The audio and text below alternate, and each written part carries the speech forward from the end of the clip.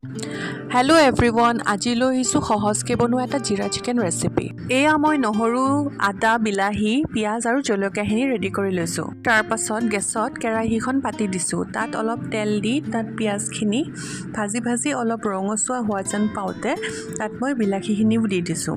বিলাহীখিনি দিয়াৰ পাছত তাত মই অলপ হালধি দিছোঁ আৰু সোৱাদ অনুসৰি অলপ নিমখ দি তাত অলপ কাশ্মীৰী মছলা, অলপ চিকেন মছলা আৰু অলপ মিট মছলা দি আকৌ গোটেইখিনি মই ভালদৰে লৰাই লৈছোঁ। তাৰপাছত তাত মই আলু কেইডোখৰমান দি দিছোঁ, যিহেতু আলু মোৰ খুবেই প্ৰিয়। তাৰপাছত তাত মাংসখিনি দি মই ভালদৰে লৰাই দিছোঁ। তাৰপাছত মই মাংসখিনি অলপ ভাপত সিজিবলৈ দি তাত পেষ্ট কৰি থোৱা আদা, নহৰু, জিৰা আৰু জলকীয়াৰ পেষ্টটো তাত দি দিছোঁ।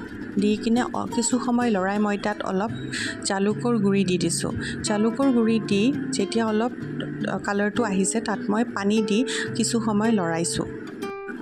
দেন তাত মই অলপ সৰহকৈ গৰম পানী দি দিছোঁ আৰু উতল অহালৈকে অলপ ৰৈছোঁ। উতল অহাৰ পিছত মই তাত অলপ কচুৰি মেথি আৰু অলপ ধনিয়া, কেঁচা ধনিয়া কাটি তাত দি দিছোঁ আৰু এয়া চাওক মোৰ জিৰা চিকেন ৰেডি। এইটো ৰেচিপি কিন্তু মই খাই বিৰাটেই ভাল পাওঁ। আপোনালোকে কোনে কোনে ভাল পায় মোক কমেণ্ট ছেকশ্যনত জনাবচোন।